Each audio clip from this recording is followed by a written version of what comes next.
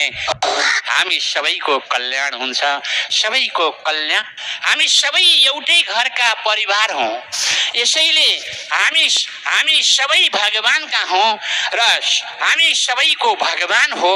औ यस प्रकारको दृष्टि, यस प्रकारको भावना हामी सबैले बनाएर हामी बाँच्ने प्रयास गरौं। एक दिन नगई सुख छैन, बाँचुन्जेलसम्म हामीले यो सम्पत्ति, यो स्वभाव, यो चिन्तनलाई बढाउने प्रयास गर्यौं भने हामी सबैको कल्याण हुन्छ, सबैको कल्याण भए हुँदैन भन्ने आशय हामीहरूको। नभए हामीलाई केही लिनु दिनु छैन होला। अन्तिम अवस्थामा यो शरीरले सुख दिँदैन। हाड मांस की बनी पुतलियां, ऊपर जड़ा है चाम, देख देख के सब लोग रिझावे, इनमें नहीं आराम। देख्दा देख्दै पहिला यही शरीरबाट सुख हुन्छ कि भने जस्तो थियो।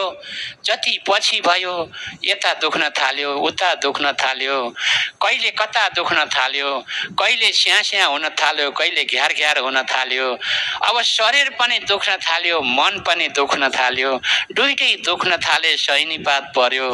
अब कहाँ जाने, कसको शरणमा जाने? हेर्नुस् त, यसैले नै यो शरीरको गति यस्तो छ, तर यसभित्र चलाउने शरीरको गति यस्तो छैन हो। यसलाई जानेर हामी बाँच्ने प्रयास र प्रयत्न हामी सबैले गर्नुपर्दछ।